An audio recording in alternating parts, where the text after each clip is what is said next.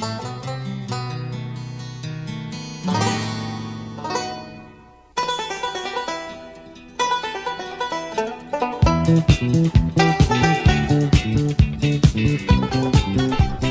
and welcome to another episode of the Cover Zero podcast, the show where I cover the least in the best way possible. I'm your host, Jason Wells. Today is Friday. I almost said Wednesday because I'm used to saying Wednesday. Today is Friday, September 12th.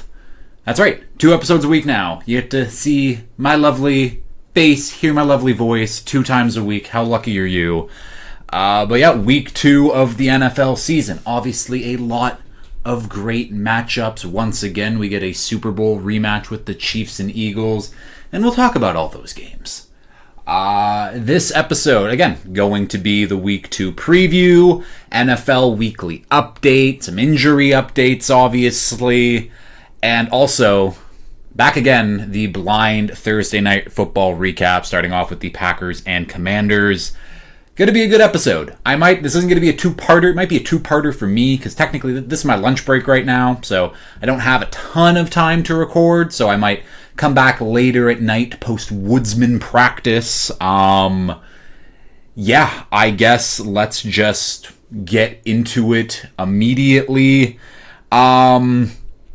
We'll start off with the NFL weekly update here. Couple big news, big signings things that have happened. I'll start off with this one, though. Amari Cooper, after spending 1 month back with the Raiders, he is officially retiring from the league. Great career. I don't think there's any other way to sum up Amari Cooper's career other than great. 4th overall pick back in 2015 out of Alabama. Started with the Raiders, went to the Cowboys, then Browns, then obviously the Bills last year, and then that was the steep decline of Amari Cooper. 5-time Pro Bowler, over 10,000 receiving yards of his career, 64 touchdowns. Hitting that 10,000 mark as a receiver, that's an incredible mark, incredible feat. Amari Cooper was, again, consistent throughout his whole career. Unfortunately for him, he did have to deal with a lot of bad quarterback play. He had those couple years in Dallas where he was with Dak Prescott and everything was nice, but and obviously the early years of Derek Carr were pretty good too, but definitely a future Hall of Very Good member. It's just a matter of how long he has to wait to get into my prestigious hall. Anyways, Amari Cooper, great career. I'm still shocked that he is retired at this moment, because that ending of 2023 when he was with the Browns and Joe Flacco was dicing comeback player of the year, he looked like prime Amari Cooper. He looked like a fringe top 10 receiver in the league again, and I was like, okay, I'm excited for next year. And obviously plays on the Browns, Joe Flacco's gone, and the nasty man is up, and he's terrible. But then he gets traded, and they go to the Bills, and I was so excited. I traded for Amari Cooper in fantasy that year to be like, Josh Allen has a receiver, oh my god, this is going to be... And then just nothing.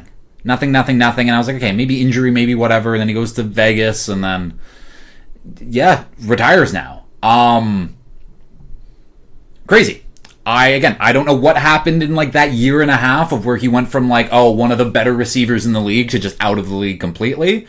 But again, Amari Cooper, great career. We'll keep going. Unfortunate Dolphins news anyways. Tyreek Hill is accused of domestic violence by his ex-wife. Shouldn't be surprised by this. Tyreek Hill is a bad person. I spent a lot of time on Wednesday's show ranting about just Tyreek Hill is a bad person and I don't want him on my team. Case in point, I don't want Tyreek Hill on my team. He sucks. He's a bad person. I don't care how fast he runs. Bad person. Again, this is accused. It's all alleged. It is what it is. But just fuck Tyreek Hill. None of this surprises me at all anymore, but you know my stance on this, so we can keep going. Nick Bonito, the Broncos edge rusher, signs a 4-year, $106 million deal. If you don't know the name Nick Bonito, I'm sure a couple casuals, non-derogatory, I'll say that, that, yeah, you're maybe not sure of who he is. So he's now in his fourth season in the league, so this is a contract year for him. But last year, he was a Pro Bowl, 13 and a half sacks on the year, a part of that very good Denver Broncos pass rush and front seven. This contract is absolutely deserved. I don't know where it ranks him in the highest paid edge rushers, which I'll just look up right now because, I have time. Again, I'm a college student now. I don't have all this time for the prep work and stuff. This is something I wanted to do, is obviously with big contracts, I just kind of want to see who they stack up against and blah, blah, blah, blah, blah. Right now, he is in $2-ish mil less than Brian Burns and $2 mil more than Montez Sweat. That seems absolutely fair for Nick Bonito, especially with cap going up and everything going up. He's getting paid $20 million less annually than Micah Parsons, which is just a crazy thing to say out loud, because Nick Bonito had a great season, Pro Bowler last year, 13 and a half sack season, and he's getting paid $20 million less than Micah Parsons. The NFL, the money is crazy. The money is crazy. We all knew this, though, but shout out to Nick Bonito. Another big contract here. Jameson Williams gets a 3-year, $83 million extension. 67 of that guaranteed. He gets a big bag, but he gets that bag early. He was drafted in 2022, so this is now his fourth season. So he still has this season, his fifth-year option season, and then that 3-year extension kicks in. And a lot of people online, a lot of NFC North fans just being like, what an overpay, how could you pay, blah, blah, blah. And sure, if he's getting paid that, next year or immediately based off his body of work, yeah, probably an overpay. 3 years from now, wide receivers are going to be making an insane amount of money. And getting J-Mo slotted in, I think it's around 27, 28 million. That's where Jalen Waddle is right now. And yeah, in 2 more years before that contract even kicks in, the highest paid receivers are going to go up. Someone will beat the Jamar Chase money at that point, the Justin Jefferson money at that point, where, yeah, that $27, $28 million AAV, it's going to look so low in the grand scheme of things. So very good move by Brad Holmes, Lions GM, for getting this move done early. I will say, Jameson Williams, proven to be a bit of an idiot. So there are some pros and cons. If Jameson Williams isn't an idiot, then this deal looks good and he keeps progressing and yada, yada, yada. But if he's dumb, this might look like a very stupid move in hindsight. Luke Goedeke, the Bucks right tackle, gets a 4-year, $88 million deal. Goedeke's been very, very solid to start his career. I think he was a day 3 pick. I'll look that up quickly, but he has been a huge part of this very good Bucks offensive line that's unfortunately just a little hurt at the moment. But where did he? Yeah, second round pick. So yeah, either way, second round pick, but out of Central Michigan. He's developed into a very nice player. A big reason why that Bucks offensive line is so good is because of Luke Goedeke. They get him at a good number. We can keep going. Abe Lucas signs a 3-year, $46 million deal. The Seahawks right tackle. Another, okay, I like that contract, especially where tackle money is. I just talked about Luke Goedeke getting $22 million, and even that's on kind of the lower side of things for a top-end tackle. And Abe Lucas isn't a top-end tackle. Has he shown moments where he can be? Yeah, unfortunately for him, he's just been injured so much to start his career, where I think this is John Schneider, the Seahawks GM, giving him kind of the benefit of the doubt of being hey, freak injuries, whatever, it happens, but we believe in your ability. Here's a nice little payday for you, where, yeah, if Abe Lucas is now healthy for the next 3 years, this is an incredible value deal for having a starting right tackle play at $15-ish million. So good move by both teams. Good for Abe Lucas to get that money. Colton McKivitz, a 3-year, $45 million deal. Now, talk about Abe Lucas. Again, there's the injury stuff on the side of it, but when he plays, he's a good player. Colton McKivitz is not good. Again, he is a starting right tackle in this league just by virtue of him starting. But yeah, Colton McKivitz is not very good. I would argue he's a weak point on that Chargers offensive line, especially when it comes to pass protection. Run protection, he is pretty good. I'll give him a little bit of credit there. But, yeah, $15 million a year. Like, again, I would love to be mediocre at my job and make that much money. So shout out to Colton McKivitz getting that bag. Good for him. It's weird to say it's an overpay because, again, the markets are so weird where, again, like a top-end tackle right now in the league is getting 28-something million, so him making not 15 million, but like $13 million less than that, it makes sense, but I just don't think that Colton McKivitz is very good at the end of the day. Another extension here, Christian Watson, 1 year, $13.25 million deal. Another player that's just been injured and currently injured too, but when he is on the field, he has been very, very productive. So Packers banking on, okay, we'll give you a 1 year deal, $13 million, not a lot for a receiver. That's right around like the Khalil Shakir money, which that deal looks like a complete bargain. And that just got signed like 6 months ago, so shout out to Brandon Bean. Yeah, Watson, when he's healthy, he is a good player. Unfortunately for him, he has just not been healthy basically his entire career. But it's a good move by the Packers to just being like, oh, we'll just keep you. That $13 million, 1 year, like, it is what it is. Again, money is fake at the end of the day. Quinshon Judkins is the last rookie to sign his deal, a 4-year, $11.6 million deal, fully guaranteed. He is now back practicing with the Browns. I expect him to make his debut this Sunday. He has an NFL hearing, I think, that went on yesterday. So we'll see how that goes, but I don't think there's going to be any discipline for him. If Isaiah Bond, there was no discipline for him, I don't know why there would be for Quinshon Judkins. But it is what it is. The 2025 rookie class has now been fully signed. Weird to say that after like a week into the season, but is what it is. I have a couple cuts. Jake Moody, the Niners kicker, has been cut from the team. A third-round pick just a few years ago. Brutal. I said it on Wednesday's show. Don't draft special teamers. It is a waste of assets. It's a waste of time. Can pick anyone up in UDFA again, and I'm just still shocked that in the best football league in the world that we can't have like 32 competent kickers across the league. Doesn't make a ton of sense to me. I don't know. Again, I don't know the logistics behind everything and how hard it is and to actually find kickers. But like again, 32 people to kick a ball. I think it should be easier than that. But again, don't draft them. It is a waste. You don't do it. Kyle Shanahan, this move makes perfect sense. He has been a detriment to your team. He has cost your team multiple games. He almost cost your team that week 1 game too.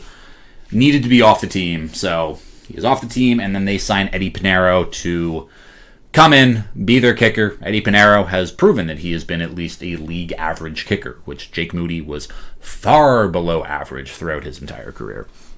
The Jets cut Xavier Gibson, young, speedy returner. Unfortunately for him, he fumbled in that week 1 game, costly fumble too. And Aaron Glenn said before, he's like, if you fumble, you will not be playing for us. And out the door, Xavier Gibson goes. I'm sure he'll get picked up somewhere, I guess. We will see. A couple vet signings now. Zadarius Smith signs with the Eagles, 1 year up to $9 million. Incredible vet depth pass rush rotational signing.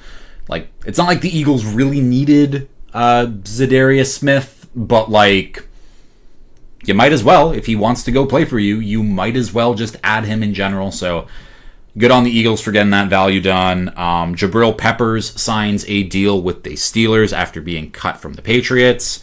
And there's a video going around of Peppers at Steelers camp, or not Steelers camp, but Steelers practice just the other day. And he looks big. He looks bulky. Like, he does not look like he will be playing safety. I'm interested to see if there is some transition, the linebacker for him there. I said I'm already excited for the Jalen Ramsey transition from like cornerback to safety.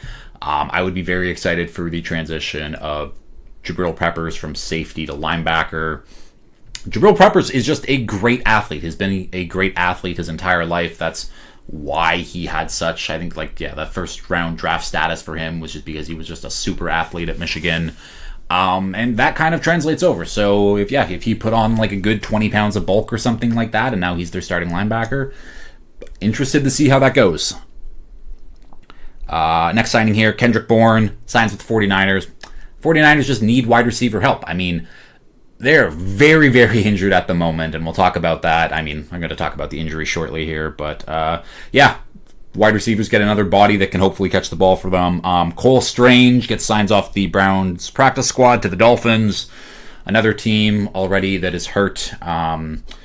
We just need people. Cole Strange, former first round pick, shouldn't have been a first round pick, but Bill Belichick likes to be funny like that. But Cole Strange being like a backup for us, I'm very happy with that. I don't think he's fantastic, obviously, but I think he can be good enough in certain scenarios. Maybe that's me being too optimistic about it. We'll keep going. This signing really doesn't matter. I just like Deuce Vaughn, but Deuce Vaughn signs with the Broncos. If you don't know who Deuce Vaughn is, he's just 5'6", and it's just it's funny that he's playing football against all of these giants. Deuce Vaughn is on the Broncos. Two more notes here. Tank Bigsby gets traded to the Eagles for a 2026 fifth and a 2026 sixth. Howie just making a trade for the sake of making a trade. I don't think that they really needed to make this move. They said that they like his return ability and for that aspect, which sure, interested to see how that goes. Will Shipley to me is still the backup running back there. Obviously Bigsby is still solid, but giving up a fifth and a sixth for a guy like Tank Bigsby seems like a lot. But Howie can do what he wants. I don't really care at this point. And then finally, Jalen Carter has been fined. I wanted to actually find out what that fine number was, because he was fined $57,000 for spitting on Dak Prescott.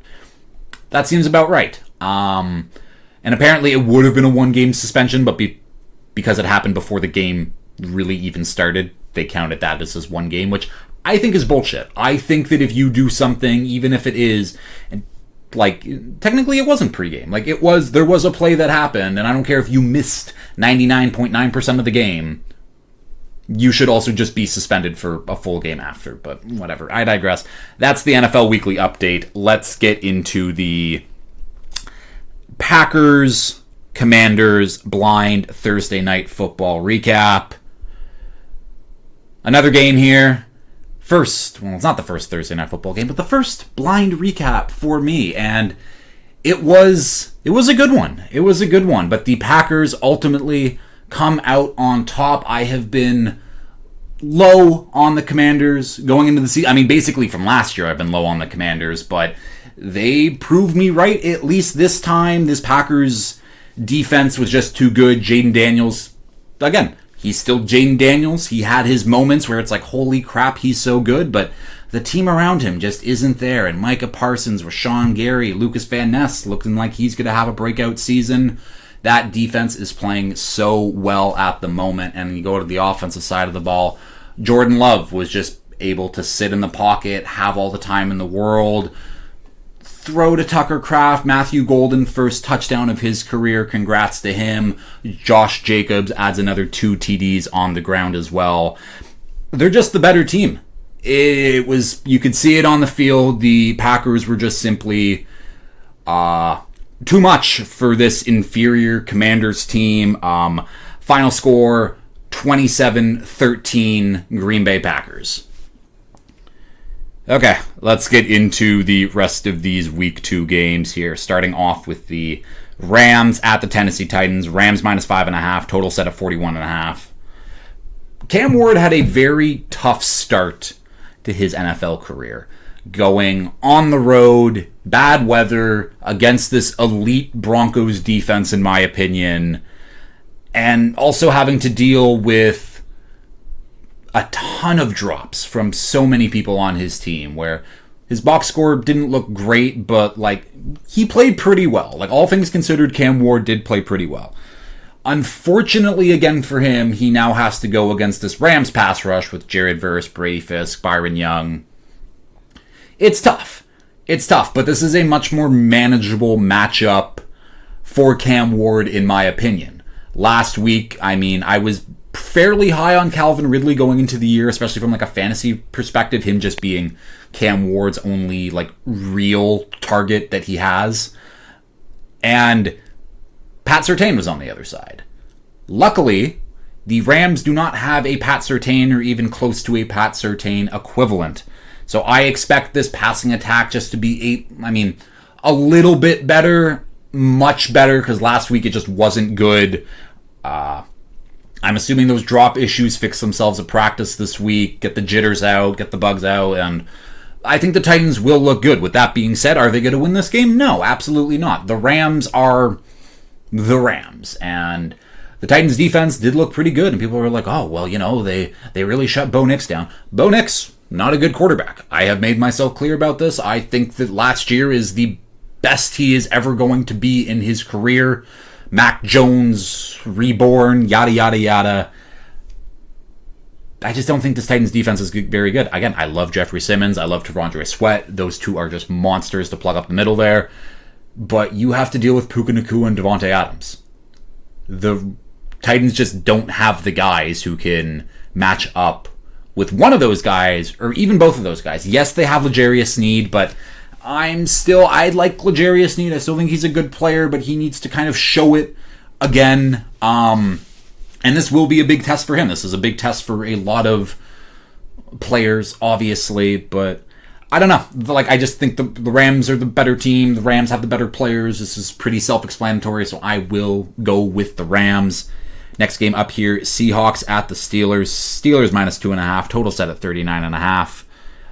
I think this is going to be the game that people expected the Jets-Steelers game to be last week. I think this is going to be a slugfest, really low-scoring game, not a lot really happening, because, I don't know really what to expect. But I do know that, one, the Seahawks offensive line is not as good as the Jets offensive line, and two, the Seahawks defense is much better than the Jets defense. That Seahawks defense, I think, is fantastic.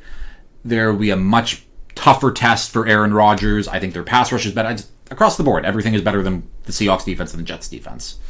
I don't think that Aaron Rodgers is going to throw for 270 plus yards and 4 TDs again. I think this will be kind of like a Rodgers game we saw from last year, where he'll probably throw for like 200, 220-ish yards and maybe 1 or 2 TDs.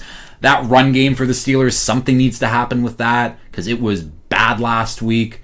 People picking up Kenneth Gainwell in fantasy, and it's like, why? He's going to get replaced by, I don't know, probably week 3. I would like to see a lot more Caleb Johnson touches. It just makes more sense to me. So this is going to be a tough game. Yeah, the Steelers looked good, and the defense looked good. Actually, no, the defense didn't really look good. But yeah, again, they're going against the Seahawks offense, which they look bad. And I don't think that Niners defense was like really giving them like a ton of like trouble. It just looked bad, incoherent. Things just weren't working in general. So this is basically going to come down to what unit is actually bad at the end of the day. And not bad, but like below, maybe not even below average, whatever.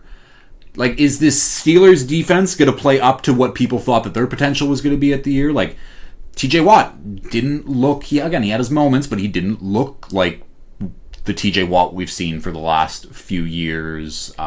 Is he going to have like a big game, big bounce back game? Or is this Seahawks offense finally going to get clicking with Cooper Kupp? And JSN did get going, but is someone in that running game finally going to break out between Ken Walker and Zach Charbonnet?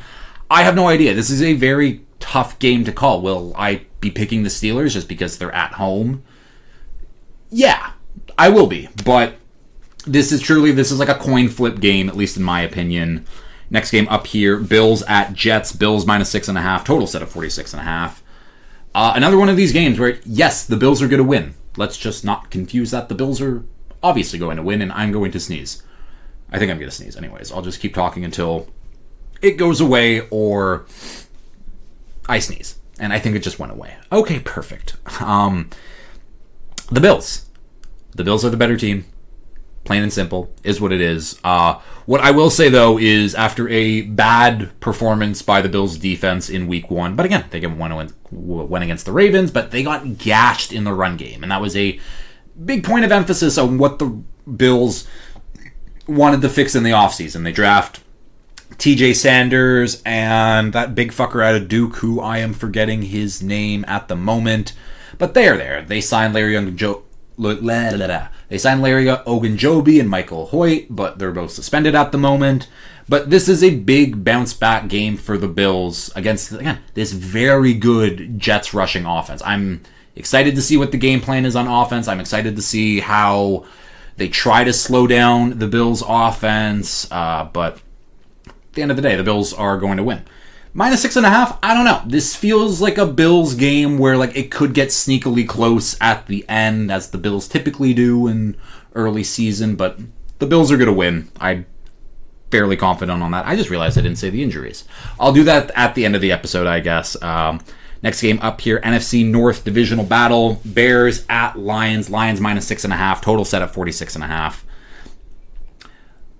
Revenge game, and not really a revenge game for Ben Johnson, but like it's coaching staff, like everyone on the Bears coaching staff essentially is from the Lions, like, or the Dan Campbell coaching tree, so it'll be very interested to see how this matchup plays out.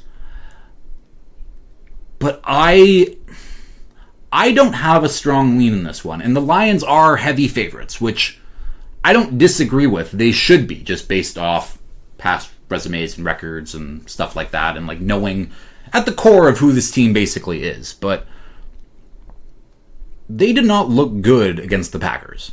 Like, and not even like, oh, the Packers defense is so fucking good where like the Lions couldn't do anything. Like, no, the Lions offense, at least in week 1 without Ben Johnson, looked inconsistent, looked a little iffy, and like route combinations were a little confusing. It just, again, when you have an offense with Jared Goff at quarterback, a solid offensive line, I won't say that they're top 5 anymore because obviously the interior is a little weaker than it's been, but you still have Amon Ra and Jamison Williams and Isaac Tesla and Sam Laporta, Jahmyr Gibbs, David Montgomery. You have enough weapons where you shouldn't stagnate on offense as much as they did in week 1. And again, the Bears defense is good. They will have a tough test.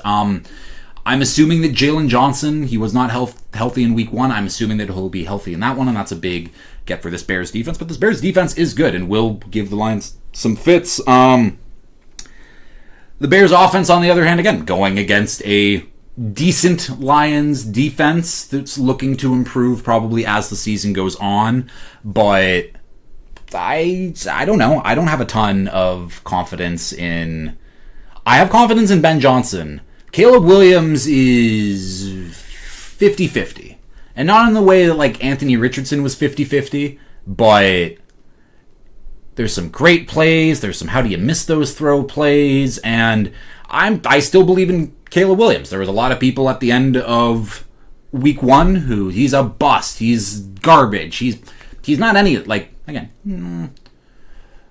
I guess first overall, he's not, I'm not even gonna, whatever. Caleb Williams, let him develop. Let him get into the groove. New offense, new coach, like new structure of everything. Let's give him a little bit of time. And fortunately for him, he doesn't have to go against Brian Flores and his fucked up schemes. He's going against the Lions, who, Lions defense, they got some nice players, but aren't a great unit in general. So I think that this is a game where Caleb Williams could have more, not really a breakout game because he's had a few great games, but like, people bring the confidence back in with Caleb Williams anyways. So I'll say that. We'll move on. Giants at Cowboys. Cowboys -5.5. Total set of 44.5. I think that people are overvaluing the Cowboys at this moment. I think that, again, I thought the Eagles on offense played shitty football outside of like a few people, including the offensive coordinator, by the way, and that Cowboys defense didn't have their best player on it going against the Cowboys, who I think that would have made a bigger difference. Yeah, the Eagles still won at the end of the day, but I think that if Jalen Carter was playing, it would have been a much different game, bigger score, regardless. So I'm interested to see how the Cowboys actually do play against this one, because they're still going against a good defensive line with Dexter Lawrence and Brian Burns and Abdul Carter. So we'll see what they can do against this young Cowboys O-line. This is really just a Cowboys matchup against, it's the Cowboys offense against the Giants defense. That's the only thing that I really care about in this game. Giants offense going against the Cowboys defense. It's not good against also not good. So someone will eventually win out. I give more emphasis to the Cowboys defense just because Russell Wilson's the quarterback on the other side. I think Malik Neighbors will get involved.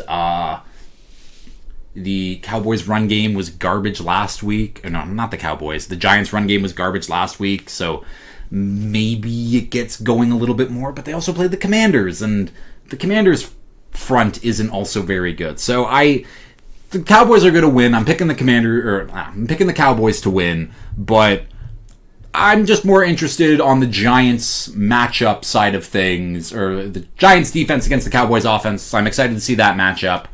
Other than that, I will not care about the Giants offense until Jackson Dart gets on the field, which is a crazy thing I never thought I'd say, but is what it is. Browns at Ravens. Ravens minus 11.5. Total set at 44.5. I think this is the biggest spread so far of the year. And it makes a ton of sense. And people will be like, well, but the Browns played a close game. The Browns should have won last week against the Bengals. And well, the Bengals are good. Bengals are not good. Don't say that. But yeah, the Ravens are going to kick the shit out of them. I think that this will be a true eye-opening moment for many Browns fans. Because I think a lot of Browns fans at the end of last week were, again, not confident in their team going forward, but they're like, maybe this won't be as bad as we think it'll be. And this is just going to be a week where the Ravens kick the shit out of them on offense. I think that this Ravens defense is going to play extremely pissed off. Again, giving up that lead in the fourth quarter. I mean, just letting 41 points up in general. I would be mad about that. And to add fuel to the fire, Jerry Jeudy said that he doesn't think that their secondary is very good, which I think they should have one of the best secondaries in the league. We'll see. They're not playing Josh Allen anymore, who can just improvise and scramble around and wait for people to extend their routes. And they're playing statue Joe Flacco. They're playing old man Joe Flacco. I think the Ravens will be able to get pressure. I think that secondary will hold up. I expect this to be a maybe the Browns get 10 points, but I don't think they're getting anything higher than 10 points. The Ravens are obviously going to win this one, so we'll keep going. Next game up here, Niners at Saints. Niners minus 3.5. Total set at 40.5. So because I didn't say the injuries, nope. There's that sneeze finally. Since I didn't say the injuries, Brock Purdy out for 2 to 5 weeks. George Kittle on short-term IR. We'll see him at the week 6 mark. I think that's correct. Regardless, the 49ers should still win. I was kind of doing this exercise in my head last night of okay, Brock Purdy's gone, Kittle's gone. Who are the best players playing in this game now? And in no real order. Okay. Yeah, Nick Bosa, Trent Williams, Fred Warner, Christian McCaffrey. And the fact that I can name 4 Niners before I even get to a Saints player, that's why I'm picking the Niners. I mean, just coaching in general, I will pick a Kyle Shanahan-led team versus a Kellen Moore-led team every single day of the week. I will take Mac Jones over Spencer Rattler at this point. And I do think that Kyle Shanahan, at the end of the day in that 2021 draft, he wanted Mac Jones, but they could not justify drafting Mac Jones at 3rd overall. Luckily for him, he still ended up with Brock Purdy, and Brock Purdy is great. But Mac Jones, I think, is a Jimmy G level quarterback. I think that, again, the stuff around him is not great, and usually that's one thing we can say about the Niners is, they got the super friends around them, but no Kittle, Ricky Pearsall, number 1 wide receiver. We're hoping that Jawan Jennings is back for this week, but that's still up in the air at the moment. So, yeah, that offense on paper isn't looking great, but they're playing the Saints, and I have confidence in Kyle Shanahan and Christian McCaffrey to run the ball down their throats, essentially, and limit their mistakes, and have this defense kind of tee off on Spencer Rattler a little bit. So, yeah, still picking the Niners in this one, 100%. Next game up here, Patriots at Dolphins. Dolphins minus 1.5, total set at 42.5. Do I think that should be the line? Absolutely not. I am trying to find out at the moment whether Christian Gonzalez is still dealing with the hamstring issue. So he's iffy, where I think I said this all, not to you guys, but in other chats, where if Christian Gonzalez is out, I am taking Miami. If Christian Gonzalez is in, I will take the Patriots. And as of right now, it seems like he's out. I still, again, it was doom and gloom on Wednesday, and it's been doom and gloom since basically football started for me, which is unfortunate, but it is what it is. There's a reason I have so many other NFL apparel stuff, because I am an NFL fan first and foremost, and the Dolphins second. I'm sure a lot of people are being like, oh my god, that's blasphemous, and maybe it is, but when your team has literally never been good your entire life, I think I'm allowed to be an NFL fan first and foremost. So, is what it is. Yeah, so the Saints... Not the Saints. Either way, I'll just talk about the Dolphins, because that's what I know best, obviously. So everything was complete garbage last week, except for Devon Achane. He's the only bright spot ever.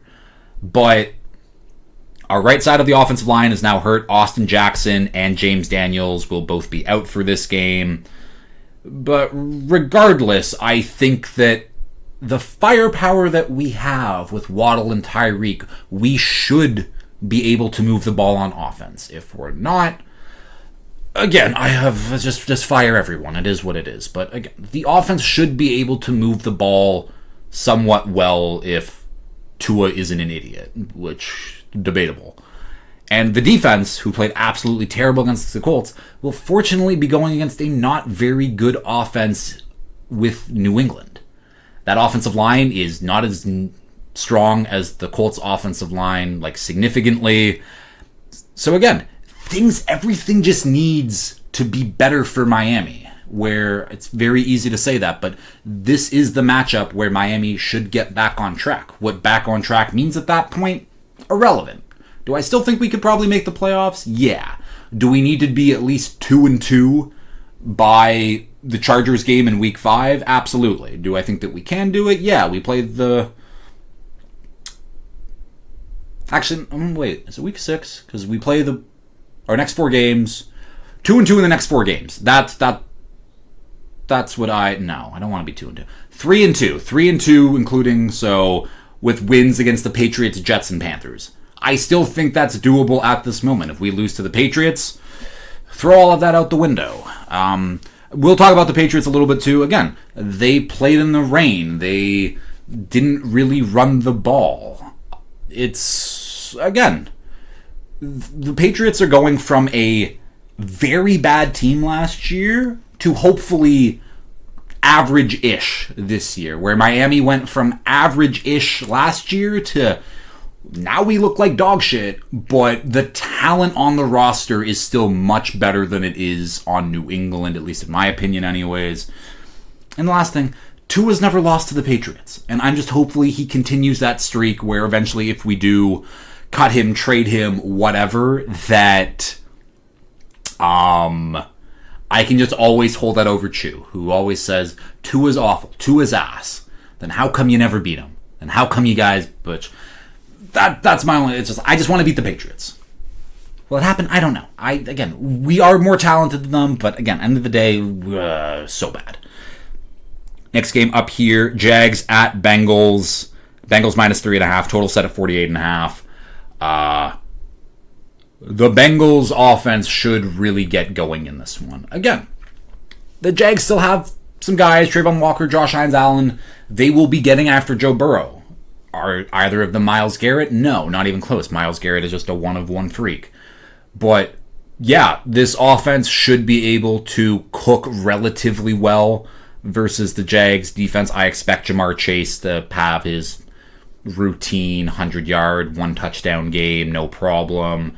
I do expect the Jags offense, who looked okay last week, but Trevor Lawrence, it looked like Trevor Lawrence has looked for the last few years, and you're playing the Bengals defense now, where if this offense isn't like fireworks, if Brian Thomas Jr. isn't getting like 50-plus yard catches and Travis Hunter like isn't like doing his thing and the run game's not going, I think that this is actually, yeah, this is what I'll say. This is Trevor Lawrence's last chance, for me anyways, to prove that he can still be a top 10 quarterback, can still potentially live up to his draft billing. If he doesn't put up a good performance against this Bengals defense, that's it. There's no going back from that, because he should, with the weapons that they have, should be able to carve apart this Bengals defense. I mean, we saw Joe Flacco do it. Like, again, the Browns should have won last week. And this Jags offense is much more talented than what the Browns are doing on offense. But it all comes down to Trevor Lawrence. It truly does. He messed up on a lot of plays, especially to Brian Thomas Jr. last week, where if they don't get it going against the Bengals this week, that might be that. We can move on. Next game here. Panthers at Cardinals. Cardinals minus 6.5. Total set at 43.5. The Cardinals underwhelmed me a little bit week one. Yeah, they were on the road going to the Saints. A little bit of a tough environment anyways, but they nearly lost that game. And I have high hopes for the Cardinals. And now they play the Panthers, who didn't look good week one, but also that offense with drops and stuff, like it could have been a little bit better against the Jags. But yeah, I just think that the Cardinals are a better team in general, and until Bryce gets Jalen Coker back, probably, it really just looks like it's Ted McMillan out there, which is a very tough ask for any QB to do, because Xavier Leggett, yeah, it just doesn't look like he has it. Hunter Renfrow he's Hunter Renfrow. That's not very good. I'm hoping that the run game gets better. I think Ike Ekwonu should be back at right tackle as well, so that'll help a lot. Looking for the Cardinals defense to have a little more juice behind them, because I thought they should have been better against the Saints last week. But again, week one jitters and stuff like that, so we'll see. Picking the Cardinals in this one. Keep going here. Broncos at Colts. Broncos minus 1.5. Total set at 42.5. I don't think Bo Nix is good. I liked what I saw. Yes, did the Dolphins play absolutely terrible last week? Sure, but did I like what the Colts were doing in general, and do I believe that Shane Steichen is a good offensive play caller? Yes. Do I believe that Lou Anarumo is a good defensive play caller? Yes. Do I think that this roster is very talented outside of the quarterback position? I do. Is it more talented than the Broncos? I don't know. This Broncos defense is, again, they absolutely did their job last week. They did everything that they needed to do. The Titans could not move the football against them. And now they're playing an upgraded offense, but the quarterback's still Daniel Jones. So they should be able to give the Colts offense a lot of fits, a lot of whatever. This seems like an under game. I think that the Colts defense will also give Bo Nix and that offense fits too. I'd like to see RJ Harvey get involved just a little bit more. I don't know. I do like the Colts in this one. The Colts at home, but it's coming off a big week one win, and we shouldn't expect Daniel Jones to play like that every single time, obviously. But I don't know. This is a tough one. That total set at 42.5, I think I said. Yeah. So that's maybe where I'll look, but we'll move on.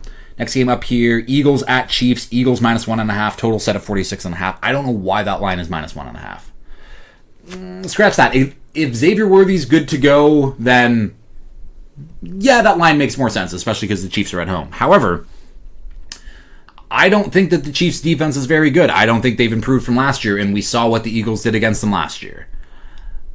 The Chiefs' offense, again, if Xavier Worthy is playing, I'm interested to see how it looks like, but it's seemingly the same offense that they played against them in the Super Bowl, except that Josh Simmons is now their left tackle, and that's just better. Just as better in general, but the Chiefs still don't have a run game at all, in my opinion. Jalen Carter's probably just going to be a pissed off monster in this one, so I expect him to make his presence felt. If Xavier Worthy isn't playing in this one, I think the Eagles are going to kill them. if Xavier Worthy is playing in this one, I still expect the Eagles to win relatively easily. I don't like the Chiefs.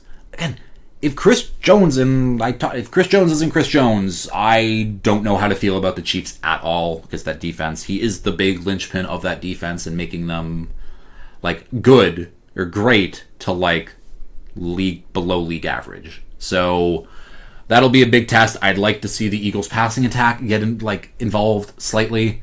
Like, use A.J. Brown, use Devontae Smith. They're very, very good at what they do.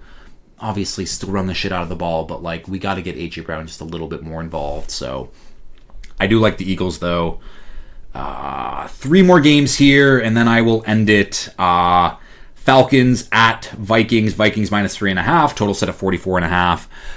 NFC Offensive Player of the Week, J.J. McCarthy. Getting his first home start in this one. I can't believe he won NFC Player of the Week. Like, he had a pick 6. He threw for like 140 yards. Like, his fourth quarter was really good. The first half, garbage. Most of the third quarter, also not very good. I don't know how that happened, but I don't know who votes on that, but a bunch of idiots. The Falcons, I just don't like. Simple as that. I think that they played a hurt Bucs team, and they almost beat that hurt Bucs team.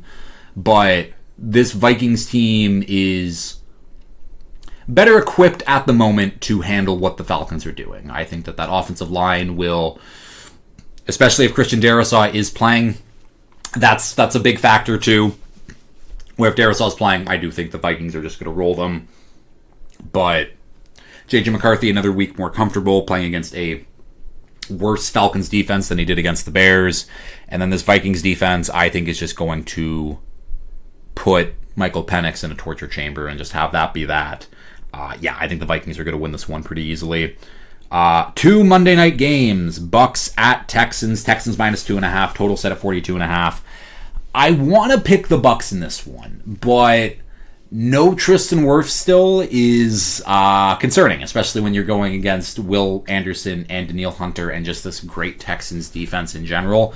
It'll be very tough for Baker to do what he wants to do, but again, I think that it'll be good enough. And then on the inverse of that, this Texans team and that offensive line absolutely stinks. Luckily for them, they don't the Bucks don't have like a true pass rusher, like a true stud number 1 pass rusher. They got some dudes in the middle with Vita Vea and Kalijah Kancey, but CJ Stroud will have a little bit more time than he did last week against the Rams. Nico Collins needs to get involved. Other people in that passing attack need to get involved just a little bit more. That run game is still looking very iffy, and I don't know if they can rely on Nick Chubb throughout the entire season, or maybe at least until Joe Mixon gets back, but nobody knows what's happening with Joe Mixon at this point. So this is like a toss-up game, truly, to me. Will I take the Texans just because I think that defense is so good that it'll be able to stifle Baker and the Bucs offense just a little bit? Yeah. So I'm leaning Texans right now. And finally, last game of the week, Chargers at Raiders. Chargers minus 3.5. Total set at 45.5. This game has an 11 p.m. kickoff for me. I fucking hate that. This is just 11 p.m. start to a game is absolutely absurd. That essentially means it'll end at 3 in the morning for me.